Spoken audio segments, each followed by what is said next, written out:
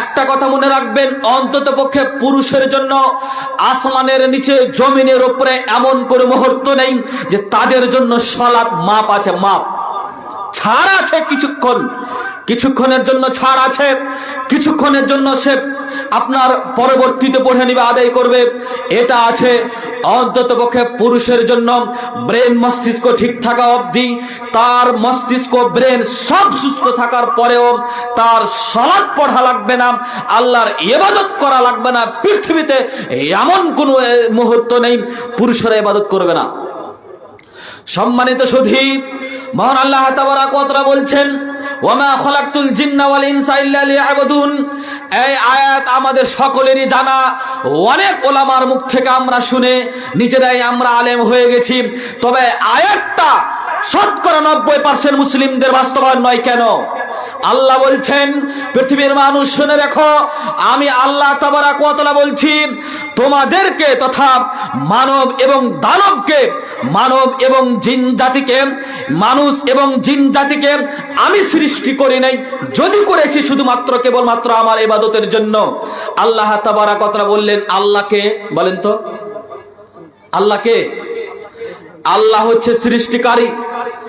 আল্লাহ সেই যিনি আপনাকে এখন পর্যন্ত লালন পালন করছেন, আল্লাহ সেই যিনি আপনাকে খেতে দিচ্ছেন, আল্লাহ সেই যিনি আপনাকে জীবিত রেখেছেন, আল্লাহ সেই যিনি আপনাকে ব্যবসা করার তৌফিক প্রদান করেছেন, আল্লাহ সেই যিনি আপনাকে কথা বলার ক্ষমতা দিয়েছেন, আল্লাহ সেই যিনি আপনাকে চাকরি বাকরি করার সুযোগ সুবর্ণ করে দিয়েছেন, আল্লাহ সেই যিনি আপনাকে এখন পর্যন্ত স্বামী স্ত্রীর মধ্যে ভালোবাসা বন্ধন আবদ্ধ করেছেন, আল্লাহ সেই যিনি এখন পর্যন্ত আপনাকে 2-4টে সন্তান দিয়ে আপনাকে পিতা হিসেবে আখ্যায়িত করেছেন, আল্লাহ সেই যিনি আপনাকে 24 ঘন্টা তার দয়া, তার মায়া, তার প্রেম, তার ভালোবাসা, তার অনুগ্রহের মাধ্যম যে আপনাকে আগলে রেখেছেন, সেই আল্লাহর সাথে আপনি চুক্তিবদ্ধ হয়ে, সেই আল্লাহর সাথে ওয়াদাবদ্ধ হয়ে আপনি কেন এখন প্রতারণা করছেন, এটা আমাদের বুঝে আসে না।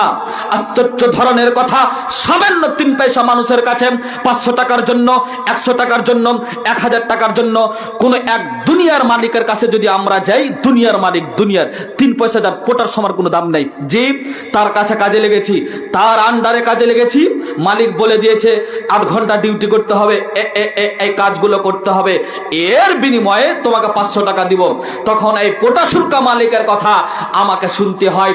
তার যদি কথা না শুনি, যে কাজ দিয়েছে সে কাজ যদি না করি, আর জয় ঘন্টা কাজ করতে বলেছে, ওই ঘন্টা যদি কাজ না করি, মালিক পয়সা দিবে? বলেন, যারা লেভারগিরি করেন পয়সা দিবে? মসজিদে ডিউটি না করলে বেতন দিবে?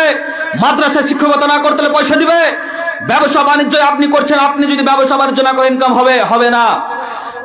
আপনি এটা বুঝতে পারছেন সহজেই, যে আল্লাহ তাবারক ওয়া তাআলার কাছে আপনি চুক্তি করে আসলেন, আল্লাহ এই দুনিয়া হচ্ছে আমাদের একটা ব্যবসার জায়গা, এটা একটা কর্মের জায়গা।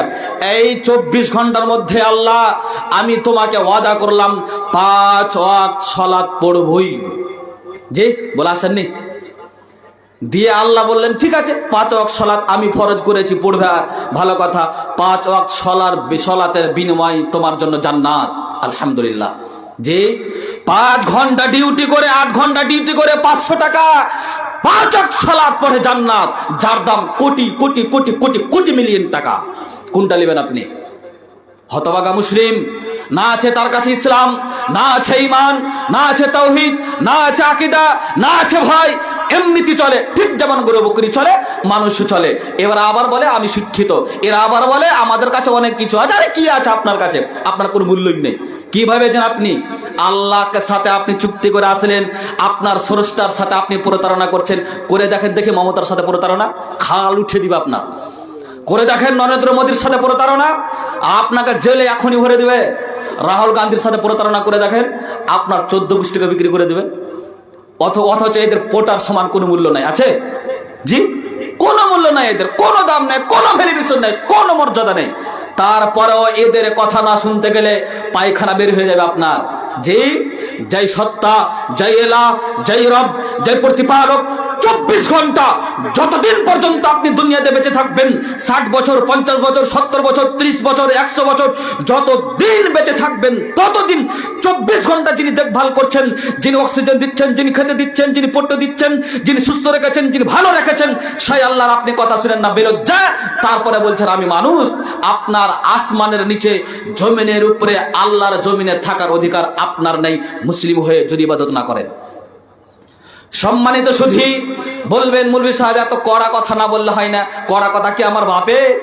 কড়া কথা কি আমার না আল্লাহ? কার বলেন তো? কড়া কথাটা কি আমার বললাম নাকি আমি আল্লাহর কথা বলছি? কোনটা? আল্লাহর কথা বললাম। আর আল্লাহর কথা বলাই লাগবে আমাকে, নাহলে আমাকে যে টেঙে দিবে তা আমি টাঙা কেনে খাবো? যতটা জানি ততটা উগলে দেবো আপনাদের সামনে। আপনাকে খারাপ লাগলেই কি আর ভালো লাগলেই কি, আমার কোনো পারওয়া নেই। সম্মানিত সুধী, আমি আপনার